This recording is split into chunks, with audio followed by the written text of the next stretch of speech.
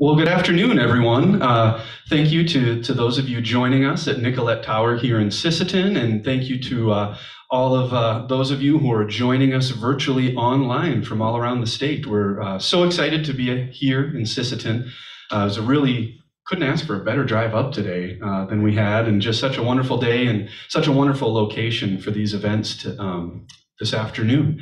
So my name is Andrew Reinartz. I'm the Community Development Director with Art South Dakota.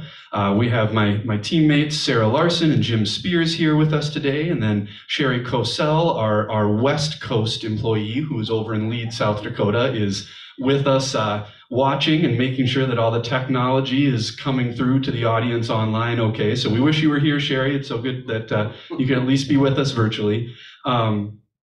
So I'm just really excited for this conversation today, but first I want to say thank you to a couple of sponsors who make this all possible. The South Dakota Arts Council and the Bush Foundation have provided funding that allows for a lot of these professional development sessions and community information sessions that we've been doing as Art South Dakota. Also, for the online audience, is if you could, anytime during the course of the session today, it's going to be very conversational. So please feel free to use the Q&A button to ask questions, and we'll have some dedicated Q&A time at the end, or I'll be able to interject some questions to our panelists and use the chat function if you have any technical dilemmas or any other issues or want to say hello. In the meantime, I'm going to turn it over to our Executive Director, Jim Spears, to say hello. Thank you, Andrew. Hello, everyone. This is a unique webinar. We have an in-studio audience. This is pretty exciting. And we did forget the in-studio band, which is a bummer. Andrew and I should have brought our instruments along. Do one more thing today, huh? No, this is great. We are so excited to be here in Sisseton, to be here in the Sisseton Wahpeton Oyate Nation, to be here at the Nicollet Tower. If you have not been to this place, those of you who are watching online, you got to come check it out. It's like a painting out this window. I wish you could see what I'm looking at. But we're looking at the Coteau des Prairies, and it's this hill that goes down, and it's just striking. So it's really great to be here with this wonderful panel. We just drove through the community of Sisseton, and we saw the artwork that has been installed, created over the last several months. Some pieces still in action, still being created. And, I just have to say, it's not till you travel someplace. We've all been home. We've all been, behind our computer screens for the last 2 years. And just coming through the community, driving around the roundabouts, seeing the art physically in person, being part of the community is striking. It makes all the difference. And I think that's really what art does, is it creates community. It creates a community. And so today it was fun to see that for ourselves and then to be part of this community here. And so I'm very excited about this webinar. It's really fun for us to be able to do this sort of a hybrid approach. We're going to do a webinar with in-studio audience, and then we're going to have a happy hour. So the folks that are here in the region can come, and we're going to have a chance to just have conversation, hear stories, and meet one another. So it's kind of a fun hybrid. We hope to do more of these. So I'm going to turn it back over to Andrew, and I hope you enjoy. Thanks so much, Jim. Real quickly, I'll just mention that we have a blank chair on the far right for Inkpa, who is still on his way, also an educator. So first couple of days of school, never go exactly as you plan, as anyone involved in education no doubt knows. Then we have Sandy Jaspers and Jane Rasmussen of the Sisseton Area Arts Council, amongst 5,000 other things probably in the community. And then we also have Nicholas Blasky, who is one of the artists that has done these installations and is the newly hired director of the Chamber of Commerce here. That's correct, yes. Great. Well, so glad to have you all with us. So as Jimmy mentioned, just to kind of start the conversation, Jane and Sandy, the art building community. I mean, that's a big part of what all public art is. And we're here today to talk about a number of public art projects that have been happening around Sisseton. But this isn't the first public art. You had the walking gallery around town. You had a number of these projects. And we've talked before about another artist, Marcus Tracy, coming up and helping with some of these conversations. And what really struck me as we came through town, and we're about to talk about these new projects, but how rooted in the community all of these pieces felt. It didn't feel foreign. It didn't feel out of place culturally or out of context. And you were mentioning that there was a lot of conversation that's happened to kind of get to that point. There was a community kind of creativity statement that you came up with at some point. Can you kind of tell me just a little bit about that process and why you felt that was so important to do?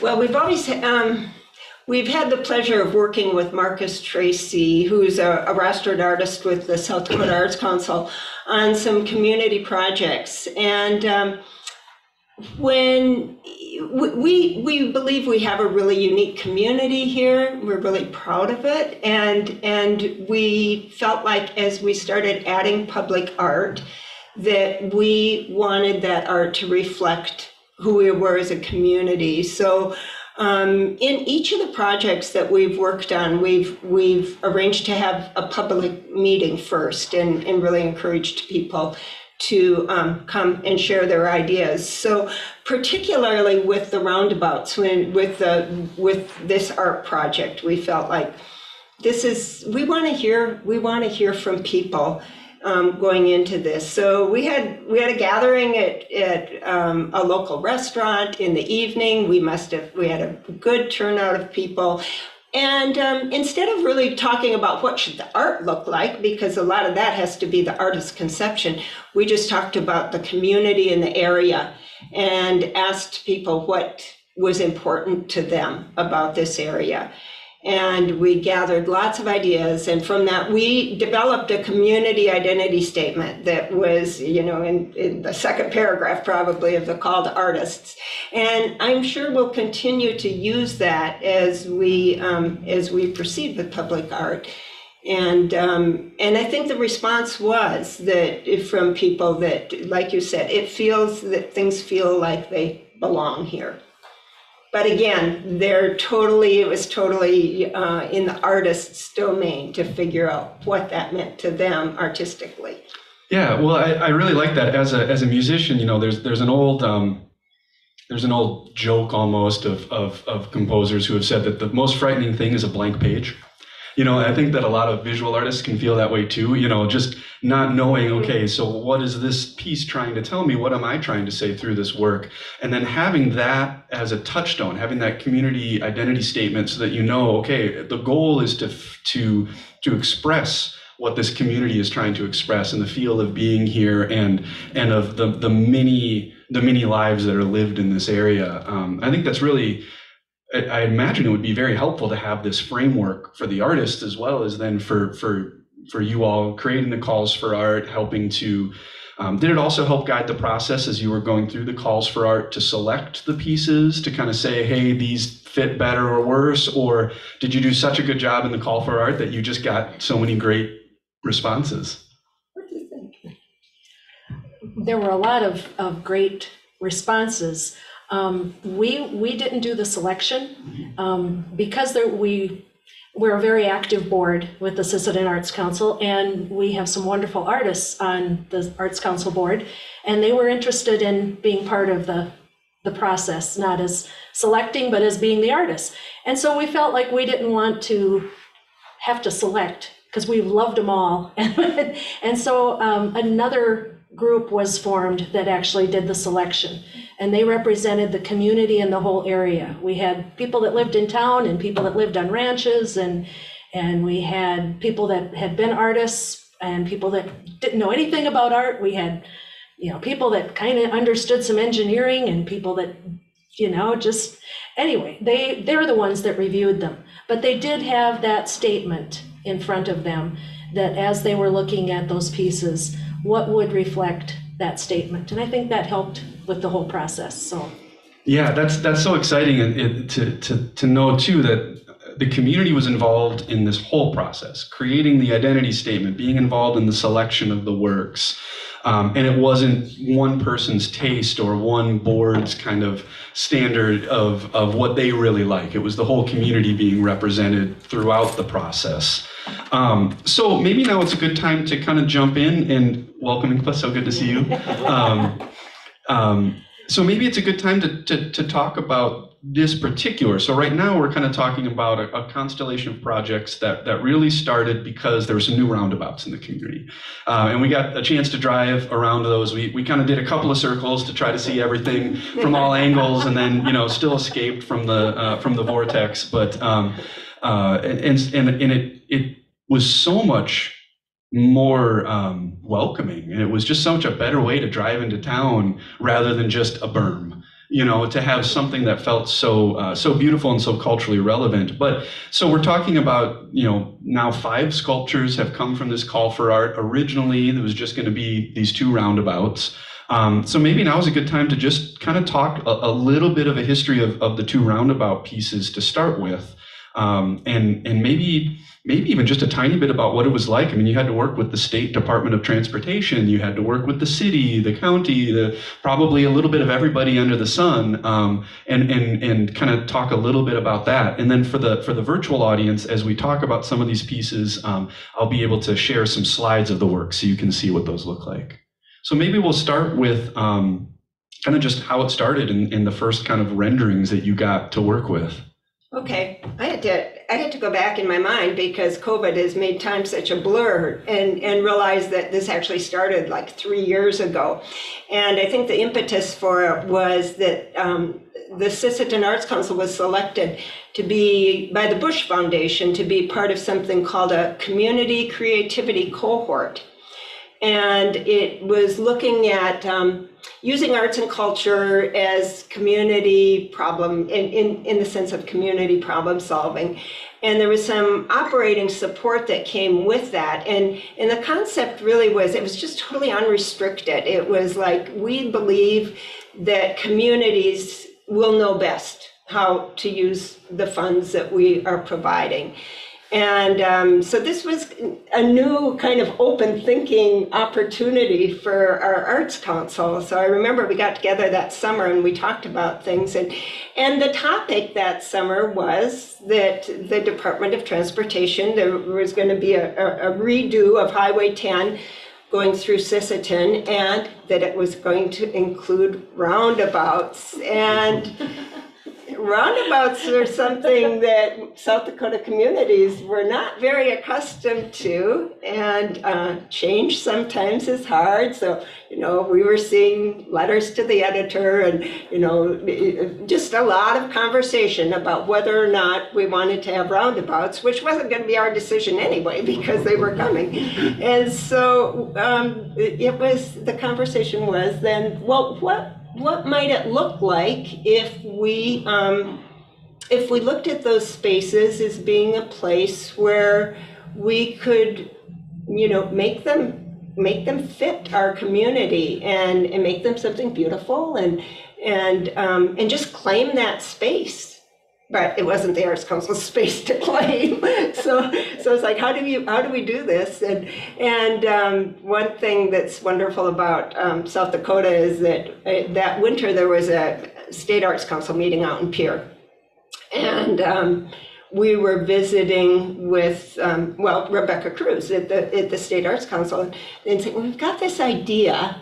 But, you know, we know that we'd need to work with the Department of Transportation, we'd need to work with the city. And she said, oh, well, I've got friends at the DOT. Do you want to meet them? And so the morning after the meeting, she took us over and we got to have a face-to-face conversation. And they were like, we've never done this before, but we're willing to be in conversation with you about it, which then we went to the city council, and again, it's like it was an interesting process because we didn't have like real answers for them, but we had a concept and asked if they would be interested, and they were responsive.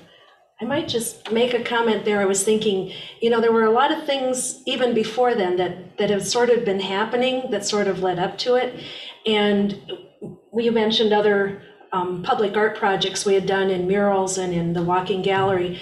And I know, Lori, Finnison is here today from Grow, South Dakota, and they had the opportunity for a couple grants, I think, that encouraged communities or organizations to utilize art as economic development. And we had started with small projects that way that I think had helped the city council and others to see that, yeah, you start making improvements to your community, you start putting up artwork, yeah, this makes everybody feel a little more proud and a little more ready to maybe fix up their own things and to encourage people to come. So they helped us with some initial steps. Yeah, from a previous life, a previous job, we stole this line from someone involved in a film project where someone said that when the only stories you hear are told about elsewhere, you think life is only lived elsewhere. And so these art projects are such a powerful way of telling the story of a community so that you feel this sense of pride and identity and good stories, bad stories, but just knowing life is lived here and wanting to have that kind of dialogue as a community. So now you've got these blank roundabouts. So what do you start with? I'm going to share a slide for the online audience, but you have this kind of just architectural rendering of what the roundabout's going to look like. So now you decide to start this process, and then what are the first couple of pieces that come out of it? Well, first of all, because of our geography here, when you're standing on the tower, looking out over from the tower, you're looking into Minnesota, North Dakota, and South Dakota. So we're very much in the corner of the state. And some of even our local artists live just across, like Inkpa lives in Minnesota, but he's our local artist. So the call to artists went to the tri-state area, and we were really pleased to have 14 applicants. As Sandy mentioned, we turned those over to Marcus Tracy and an independent panel to make the selection. By then, we had, some specific criteria from DOT, because they were very willing to work with us, but their primary concerns were around safety, visibility, I think when the roundabouts were just going in, people imagined that vehicles were just going to go plowing right through the middle of them. And so why would you put a sculpture there? So it was also like, well, if something did get hit, what would the consequences be?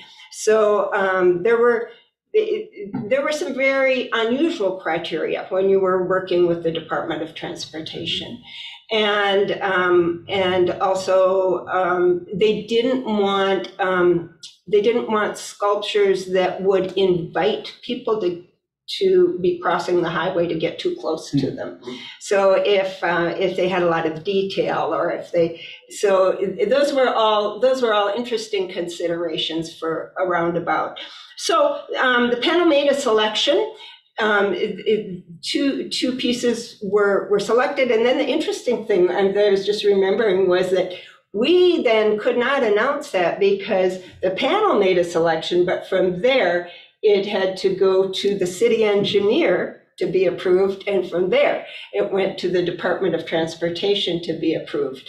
And so things, when you're working in all those circles, things you have to allow a lot of time. A lot of time. A So lot of time, a lot of patience, I'm sure.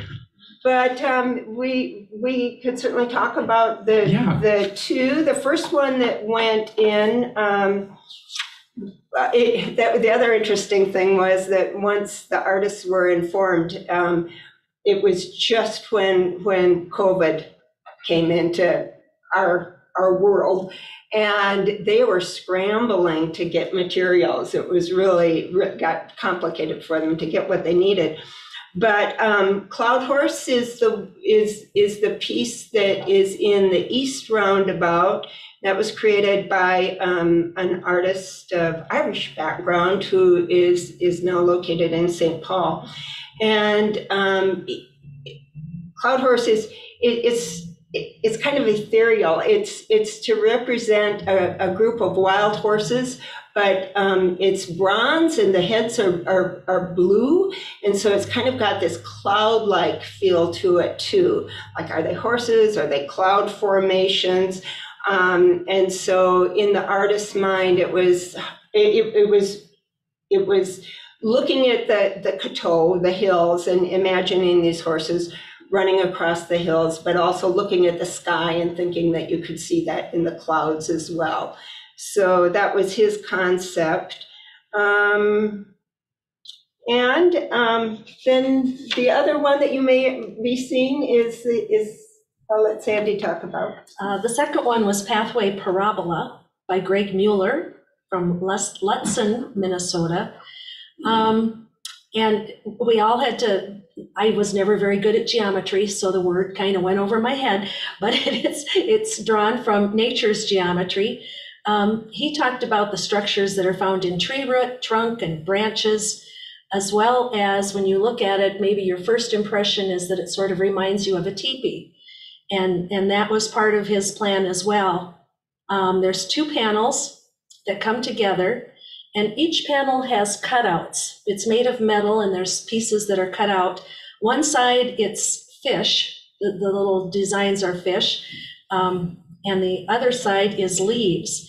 And he, in doing his research, he had found that the words, and I won't say the Dakota words correctly, forget, I should have you be saying this, Inkpa. But for the Sisseton and the Wahpeton, dwellers of fish, as well as dwellers among the leaves. And secondly, here in our area, when you're in the glacial lakes with 30 lakes within 30 miles, there's a lot of fishing. Fishing is important to our area. And when you come up to this area, if you come here in a month, you will see beauty of colorful leaves and foliage that are just amazing. So leaves are important to our area as well. So those are cutouts. Inside the 2 panels are LED lights. And at night, all those little pieces light up, and it looks like a star constellation when you drive by it. So it's just as much fun to see at night as it is during the day. Yeah, that was one thing driving in and then seeing these photos that you sent in advance. Coming up with public art that is going to be so visible at night is probably a little different and a little unique as well. You know, a lot of sculpture walks, a lot of murals. You just kind of know, well, it's a daytime thing, or if it's seen at night, it's on the side of a building and it's relatively easy to control the lighting and redesign things. But to have some LEDs incorporated into this piece and having those street lamps that shine down, I'm sure that's a very different approach than a lot of public art. So we have these 2, and there's, I'm sure we can go on and on and on about a number of stories just about these 2 pieces, but now we kind of move on, and more projects came out of this. You had this one call for art, but you've already said now you've had five pieces. Maybe just real quickly then, because about the time that those were being installed, I think it's all about opportunity. We realized that with that reconstruction, that they were straightening a road that goes up to the hospital, and it's right along Highway 10, and it was leaving then this open parcel of city land, which, you know, there was an old roadbed there, but then there were also water lines, sewer lines, all kinds of things. So even though it's a lovely spot, it would be very hard you couldn't, you know, use it for building. So we went right back to the city council and said, would it be possible? We realize in this whole process, we have some really wonderful local artists we would like to work with. And again, Grow South Dakota recommended that maybe we look at an AARP grant to help develop that space, which just quickly kind of broadened our idea too about how to get art done, because this was about livability and walkability. So it included benches and plantings and also then supposedly one sculpture that turned into 2. So that's how that got started. Perfect. Okay, so this got started. You've got this grant, you've got this greenway, you've got this walking area. So maybe now is a good chance to talk to Nicholas a little bit about reflections. Sure. And I will start sharing a couple of images. But first of all, I mean, so how did you get involved in this call for art? And what kind of drew you to wanting to be involved? Well, I was actually one of the artists to submit a roundabout sculpture idea. It was kind of a mixed blessing that I wasn't picked because, in hindsight, this new sculpture garden, I guess, so to speak, opened up, and so I threw my hat in the ring there. And my sculpture should be viewed up close and personal because it's called Reflections for a reason. It's a mirror, and more importantly, it is the 8-pointed star to the Dakota people and an 8-petaled rose to the Norwegian people. So this symbol dates way back before the 1800s, but a small village in Norway. I can't remember the woman's name, but she knitted the first 8-petaled rose into a pair of mittens. And then as immigrants came across the United States and through the prairie, they began to trade with the Native Americans, and the Native Americans before would use decorative pieces that were more organic. But as they began to trade and kind of utilize this geometric pattern and as well as other designs, but I think this symbol itself kind of symbolizes Sisseton in itself because we are predominantly Dakota and Scandinavian in heritage. And so this symbol is kind of a way to bring everyone together.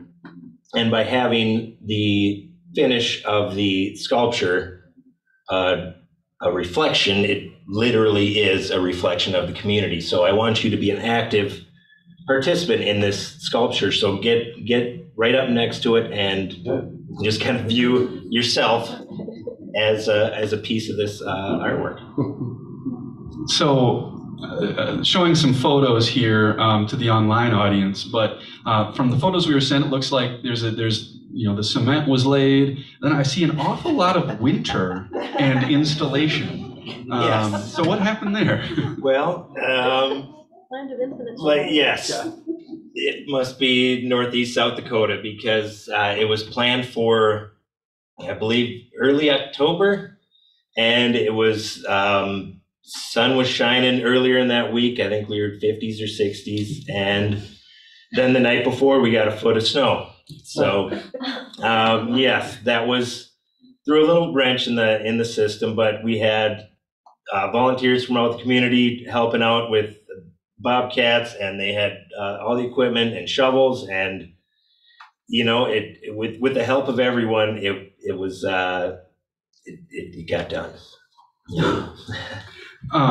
Another question for you, just looking at this piece, but do you do any maintenance? I mean, obviously it's a very shiny mirror, but is that a material choice that stays quite reflective? Do you have to go out a couple times a year and do any maintenance to it? What's the process there? It should stay like that. There is, because there are birds that do fly and kind of meander above it, if you can kind of get what I'm getting at. But yes, yes, I personally am more of a two-dimensional artist, and I work on graphic design work mostly, but I have ideas. And luckily, I just had this idea for this sculpture, and I took it to a gentleman by the name of Shannon Maher that owns a fabrication company just a few miles north into North Dakota, Dakota Precision Fabricating, and he mostly does industrial kind of projects, but he's got an artistic side. So when I proposed this idea to him, he was floored that he could actually focus on something that had a artistic merit as opposed to something that is just like a railing or something like that. And so he went all in on, he knew exactly the material to get so it'll withstand the South Dakota winters from years to come. And so it's very little maintenance, which thankfully is the case here. Great. Well, there's if you see me furiously scribbling notes, I've got a lot of stuff I want to come back to about that. But maybe really quickly, we could touch on the piece Sacrifice. That was another one that came out of this call for art, but wasn't public art in the traditional sense. It went to a private collector, correct? Right. Lori, do you want to come talk about that? Do you Sure, we can. want to do that? Because I know. As we said in the process for the Roundabout Art, the call went out. There were several local artists that had submitted ideas. And when we selected for the Roundabouts, and it was 2 Minnesota artists, so when we came back with the green space artwork, we just went to the artists who were local, and local, like we said, was maybe just over the border in Minnesota or just over the border in North Dakota, but that we, lived here and we consider it here because they work here and we all interact with each other. So we went back to those 5, and they were the only ones that were invited to submit proposals. And one of the pieces was actually done by a team of artists, and they had finished their piece after the call to artists had gone out, after the 2 had been selected. They went ahead and finished their piece, and it was very popular. And there was a private owner or private person that was really, really interested in it. And so it wound up going to, they chose to sell it to them and have it done and not have to deal with the city and everybody else. And it's a beautiful piece. And it was done by, now see my brain will go dead on me, Tanya Holter.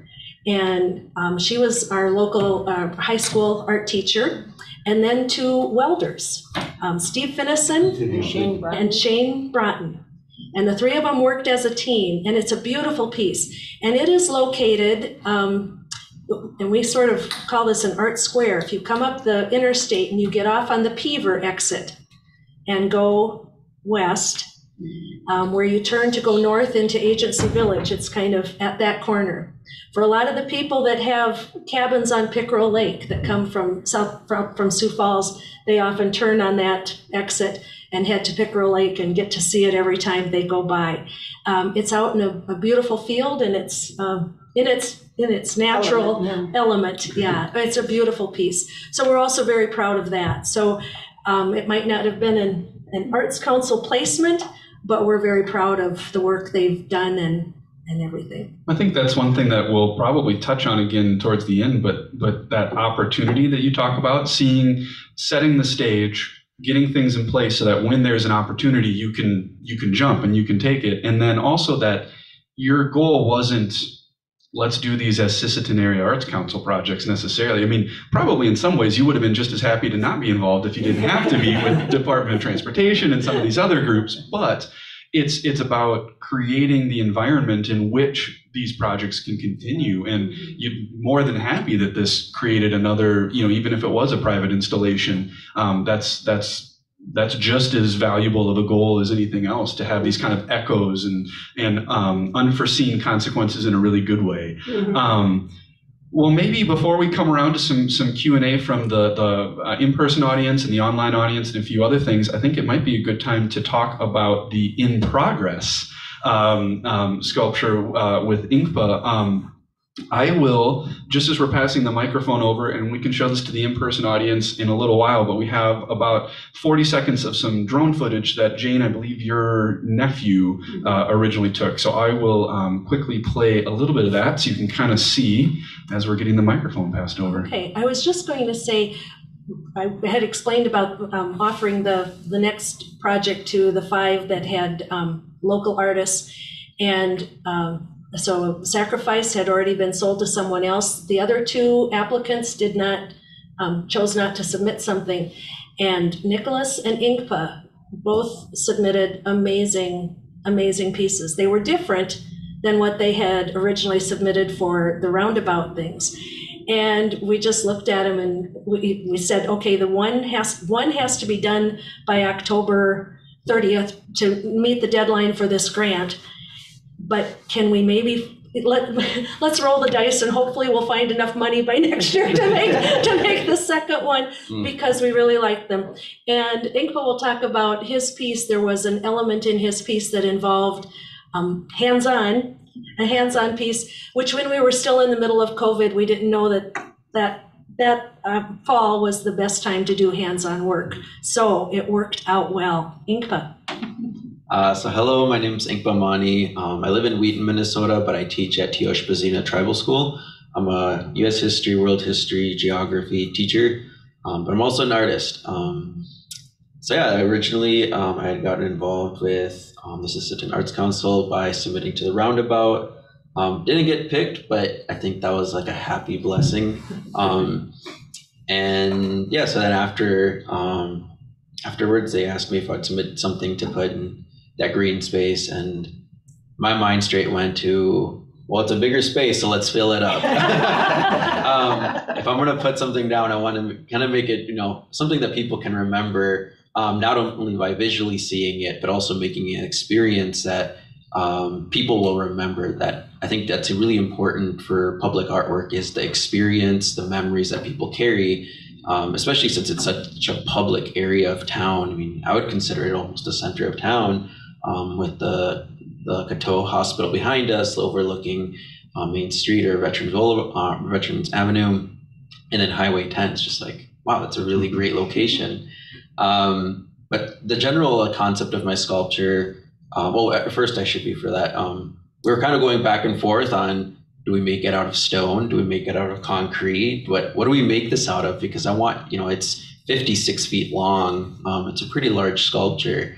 And I wanted it to have a presence with it. And we kind of bounced the idea. And then I think just after the reflection sculpture went up, we just went with it and we said, okay, let's make it out of stone. You think we can make it happen.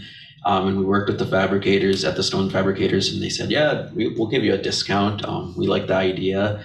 And so, yeah, we went with it. So the sculpture is called Danushkashka, Sacred Movement. Danushkashka, in a really quick sense, is anything that moves, is that life force that moves energy. You could almost even talk about it as the spirit that moves things in animals, or when there's a seed, what is that energy that makes it pop up and allows it to grow straight upward? Because a seed, even in outer space, will always grow upward. So it's that mystery, the aspect of it, but it can also be atoms, the movement of atoms, the movement of gravity, that it's always being pulled down. So it's any movement that's unseen and has power.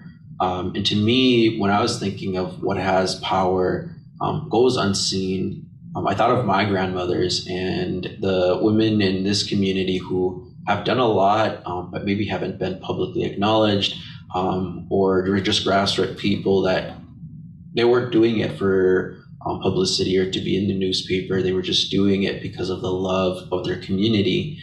So the sculpture is a grandmother facing north, and behind her is 7 pillars, and it's that sacred movement from one generation to the next that I was trying to highlight.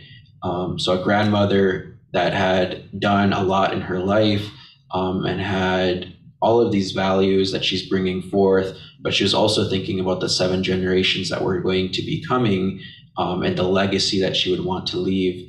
And I thought about our bingo hall here in Sisseton for the Lake Traverse Reservation, got started by grandmothers, and that eventually became the 3 casinos that are on the reservation now.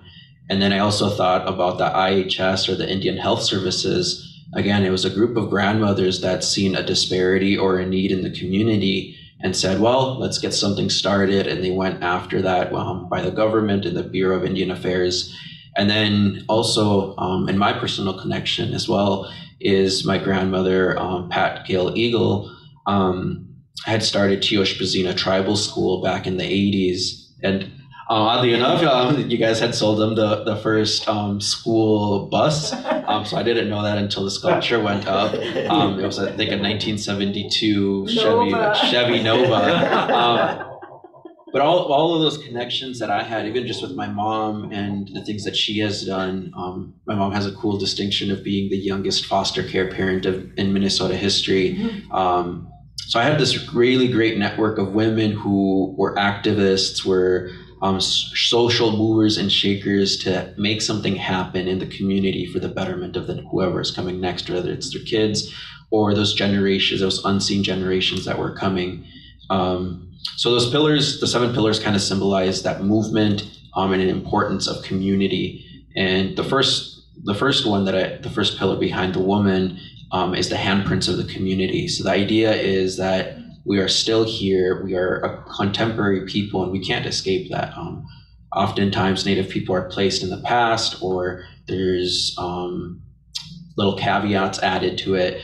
But I just wanted to talk about my community and my love for our people. And so what I'm doing is that probably in October, this upcoming October, I'll have a community workshop where people can put their hands on the stone, and then I'll engrave that handprint into the stone. So it'll probably just be like an ink. You place your hand on there, and then I'll carve it in there. And I'll document each handprint so that maybe in 120 years or maybe 200 years, we're talking about stone. This stone is 200 or 450 million years in the making. So it'll be around for a long while.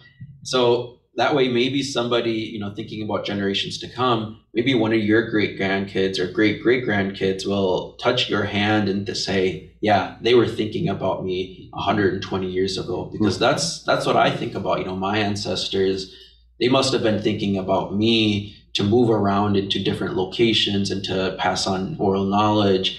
And that's the experience that I want others to have, to feel that connectedness to this land, to feel connected to our own people, our own ancestors, so they don't become lost. I think about public art as finding connections for a community. And if you can find that connection, I think you start to give back to your community a little bit more. You start to cherish the things that are there, and you take care of it a little bit more, and it just gives back. It's that synergy. And then really quickly, the pillars behind that is the medicines of this territory or this area. We live in a cool geographic area with lakes, rivers, streams, coteaux, valleys. It's a really unique area in South Dakota. After that is agriculture. This area has had hundreds of years of agriculture.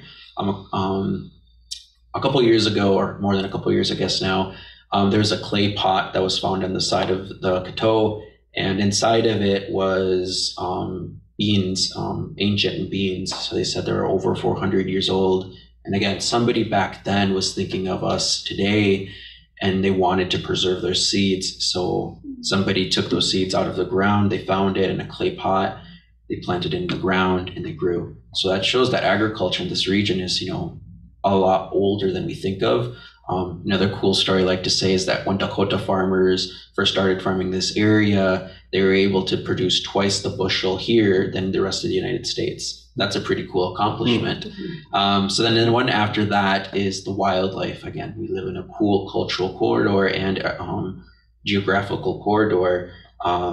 There's a lot of wildlife here. Historically there was mammoths and saber-toothed lions and a wide variety of things, during the last ice age. But as time moved, there's always been a rich biodiversity here with the buffalo, wolves, even bears. Over here on the side of the coteau, there, I think up into the 60s, there's a bear cave that was still standing until it collapsed. So all this wide variety of animals, even today, since I live in Wheaton, there's about, I think, 8 mating eagles on Lake Traverse that I get to see every day.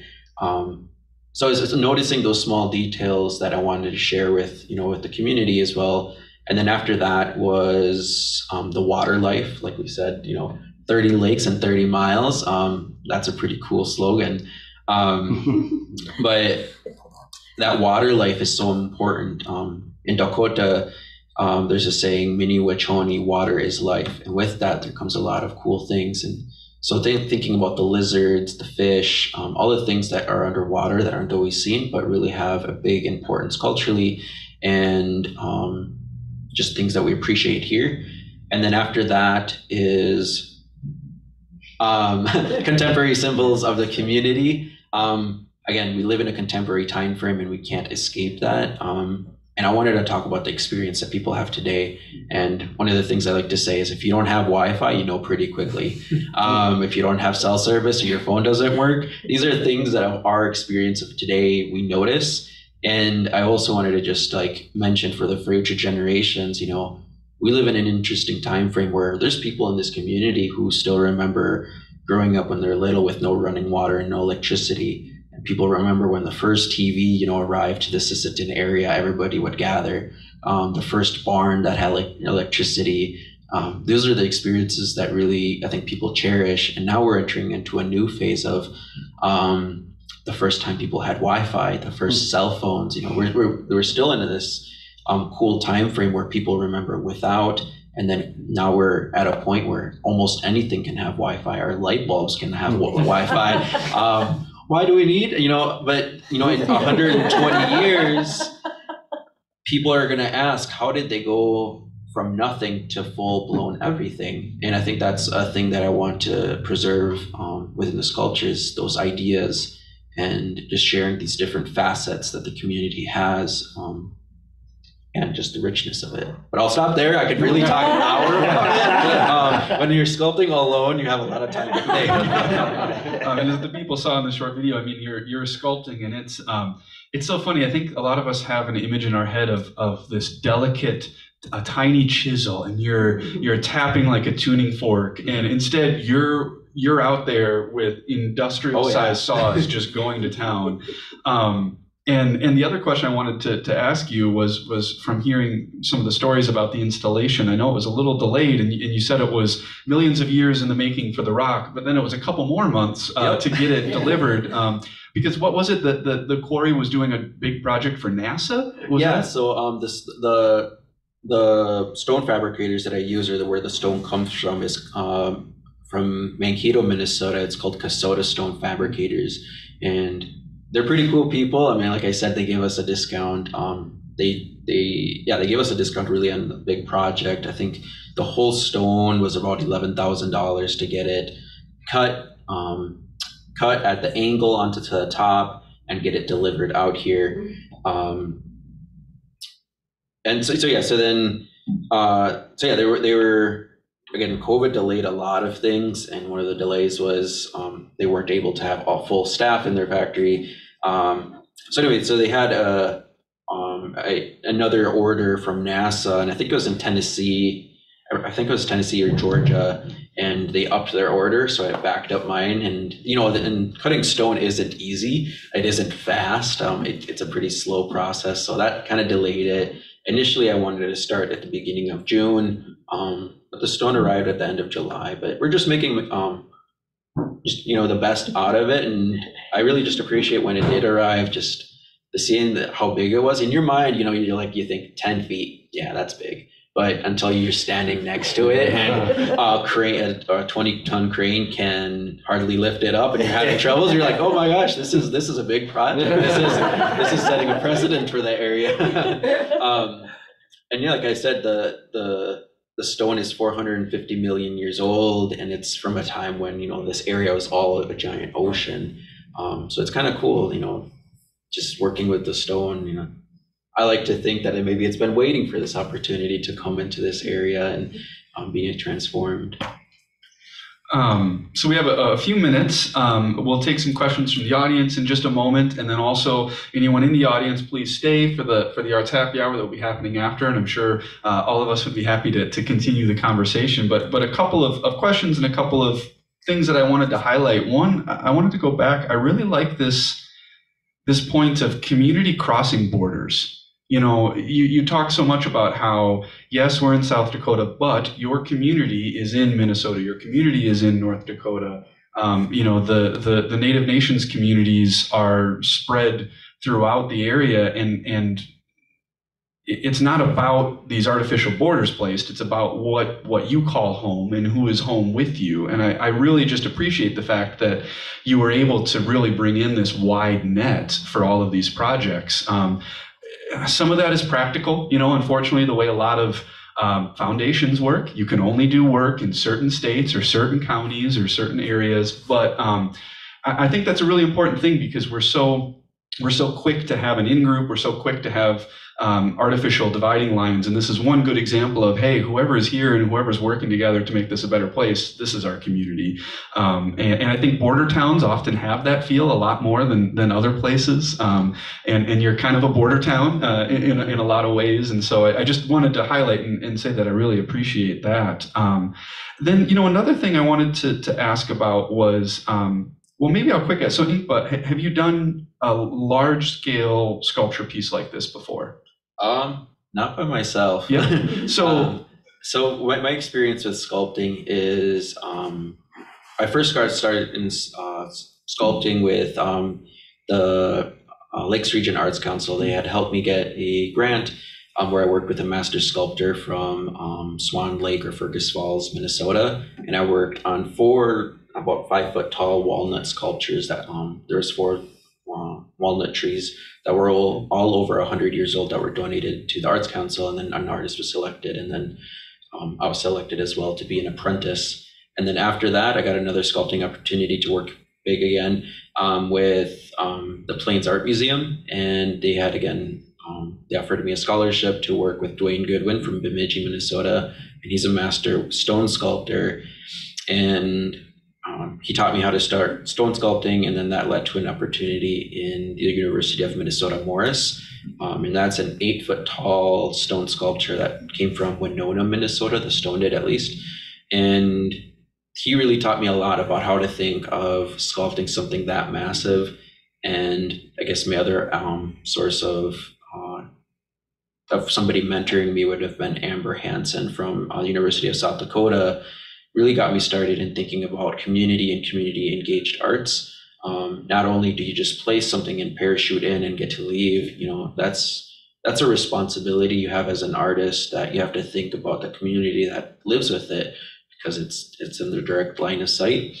So yeah, that's kind of how I got started on doing larger scale sculptures. So I just work on one piece and it keeps getting bigger. Yeah. And right now I'm going to be working even bigger within the next 2 years. So in summer of 2023, I'm working with the city of Minneapolis in creating at least, my goal is a 28 foot tall sculpture. So the details on that will be coming out and be publicized, but I can say that much on that. I don't know if I'll be working in steel or in stone, but I really thank the Sisseton Arts Council just giving me the opportunity, because each time it just seems like it's like the momentum is building, or that synergy. The more I give to my community, the more it seems that those support is being given back. And I think part of the reason I asked was I'm sensing a theme here. Nicholas is mostly a 2-dimensional artist and worked with a fabricator that had some experience in specific materials but generated the idea. Jane and Sandy, neither of you were professional road engineers trying to figure out what would work with the roundabouts. Neither of you were cement experts on trying to figure out how the pads would work to support. I'm sure that the cement for Inkpa's piece, let alone reflections, let alone the roundabouts.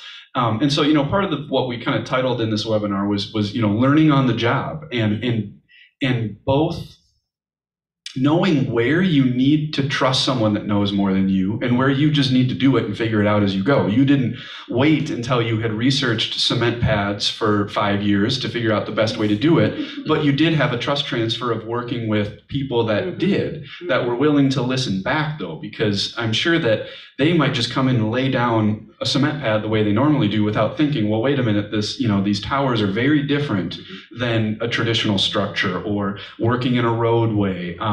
And so I think I like that another theme here has been creative thinking in every aspect of the process, and trusting experts to a certain extent, or shouldn't say it that way, figuring out who you need to talk to get the information you need to move forward, but not just sitting on your hands or throwing your hands up and saying, oh, I have no idea how we're going to get this done. That's just impossible. There's no way. You had this really beautiful idea, Nicholas, and you're like, I'm going to go find a fabricator that can maybe help me out. Yeah, do you want to say anything about that? Sure, I guess. Well, that worked. Okay. Yeah, it's basically the trust is what you were talking about before, and On one side, it's me being asked to do a project and always saying yes, no matter what the project is. I've, like with that sculpture that my lovely wife Alexis and I did, Grow, South Dakota came to us and said, hey, do you want to do a sculpture? We said, yep. Or a mural, sorry, mural. And we've never done a mural before, but we said yes. And we just figured it out. And then after that, then they asked if, hey, do you want to, with Marcus Tracy, do you want to do a crosswalk mural? I said, sure, I've never done one, but I'll do it.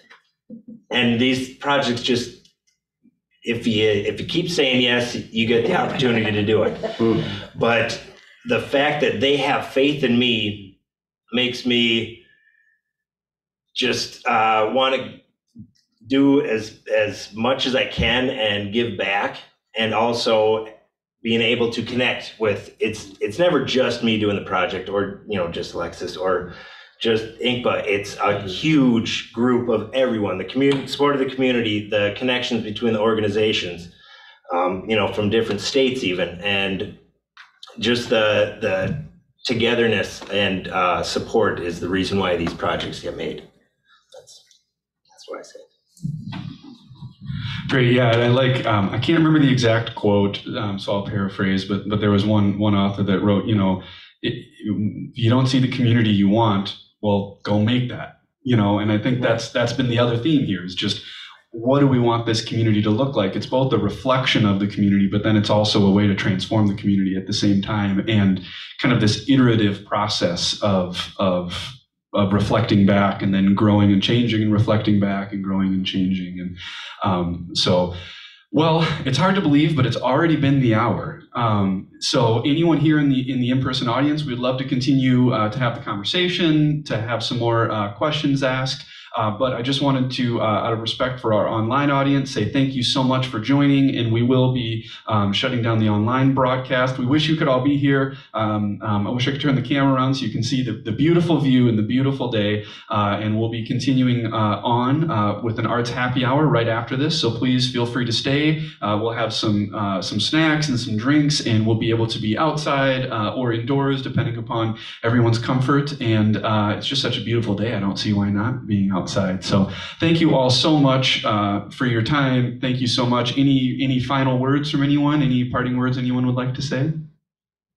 I guess just my general concept of how I do community-based arts is that I hope that for other people listening, if they have something that they're going to create in their town, or maybe you want to invite an artist or something like that, I think art that allows the community to see it happen, allows the community to ask questions. Again, it creates memories for the community that they can carry on. Somebody will remember, I remember Inkpa sculpting that in our work. I remember all the dust that flew in, but those experiences are things people are going to remember. I remember placing my hand on the stone. I remember having that conversation with the artist. I think sometimes art there's a separation of like fine art, and I think just common people having that experience to talk to an artist is really rewarding, because you can see the different avenues or the different thoughts, and why artists are so important to our communities. I can't think of a better way to end it than that. So thank you so much, Inkpa. Thank you again, everyone. Really appreciate everyone's time, and everyone around South Dakota, thanks for joining us, and we wish you could be here with us. Thanks. Nice work.